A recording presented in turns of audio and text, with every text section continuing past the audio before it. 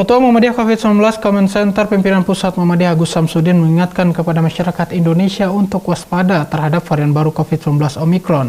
Agus menyebutkan langkah yang dilakukan pemerintah dinilai tepat untuk segera menutup akses penerbangan dari beberapa negara yang mengumumkan penemuan varian baru Omicron. Dalam wawancara secara daring, Ketua Muhammadiyah COVID-19 Comment Center Pimpinan Pusat Muhammadiyah Agus Samsudin mengingatkan masyarakat Indonesia untuk waspada dengan kemungkinan varian baru Omicron asal Afrika Selatan. Dirinya mengatakan protokol kesehatan harus terus diterapkan oleh semua elemen masyarakat, meskipun dalam beberapa bulan terakhir kasus COVID-19 di tanah air mengalami penurunan.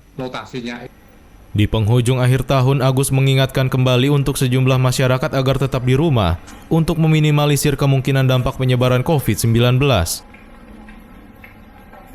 Ada dua hal menurut saya penting, bahwa virus itu memang mengalami mutasi ya. Nah, mutasinya itu tentu saja ada yang lebih jelek, ada yang lebih bagus, dan itu adalah sesuatu yang wajar sebenarnya. Nah, repotnya adalah ketika mutasinya itu cenderung lebih merusak daripada yang sebelumnya. Nah, ini yang menurut saya perlu diwaspadai. Jadi memang ada mutasi kemarin dan kemudian ditemukan varian baru yang disebut dengan Omicron itu ya. Nah, ini memang gejalanya agak aneh, dan bahkan dari PCR sekarang itu kan tidak bisa terdeteksi ya.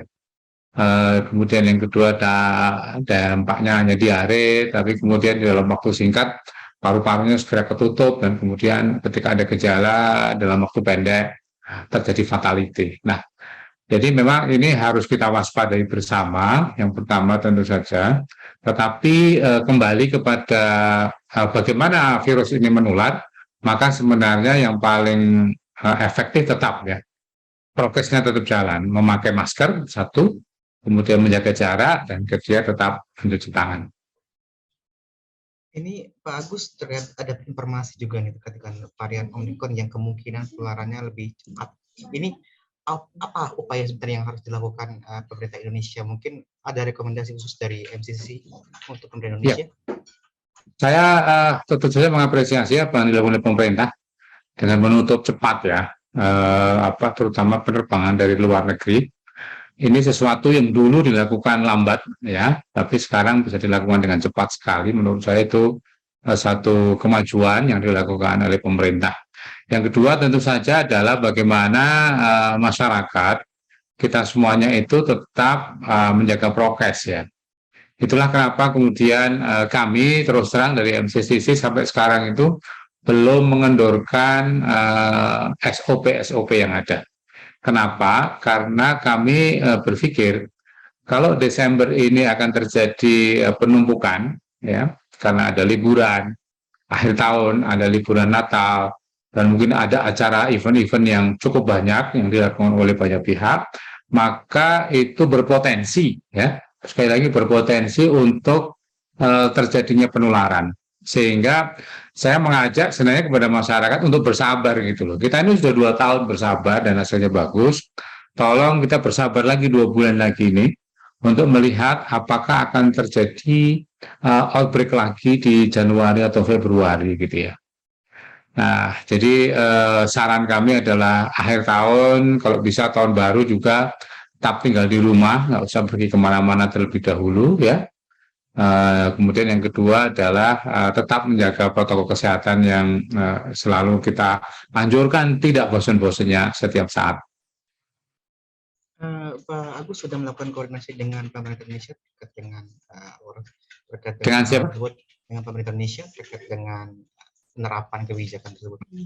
Ya, kami beberapa waktu lalu diajak rapat juga ketika sosialisasi ini yang terakhir dan juga persiapan untuk akhir tahunnya. Dan saya pikir apa yang kita lakukan sebenarnya masih konsisten dengan apa yang kita lakukan selama ini. Oke, Pak Agus, terakhir mungkin ini untuk antisipasi tahun baru, mungkin persiapan dari MCCC untuk mempersiapkan mungkin bed-bed di rumah sakit Muhammadiyah, khususnya mempersiapkan kita tidak untuk kemungkinan nantinya mungkin virus-virus yang mungkin akan ke Indonesia juga, itu gimana? Pak Agus? Ya. Gimana? Yang pertama, kami sudah instruksikan kepada seluruh rumah sakit yang kemarin melayani COVID untuk melakukan switching seandainya terjadi outbreak. Ya. Jadi rumah sakit kita sekarang punya kemampuan untuk melakukan perubahan. Jadi kalau hari ini misalnya penuh, 2 hari lagi harus buka, kita udah siap. Ya, karena kita punya kemampuan untuk itu. Dan kalau kita lihat dari sisi kemampuan, memang sekarang kita bisa hanya sekitar 500 saja yang kita siapkan. Tetapi seandainya dibutuhkan, maka dalam waktu singkat kita bisa segera naikkan menjadi 4 kali lipat, menjadi 2.000. Ya, itu dalam 2-3 hari kita bisa lakukan itu. Kohar Arizki memberitakan.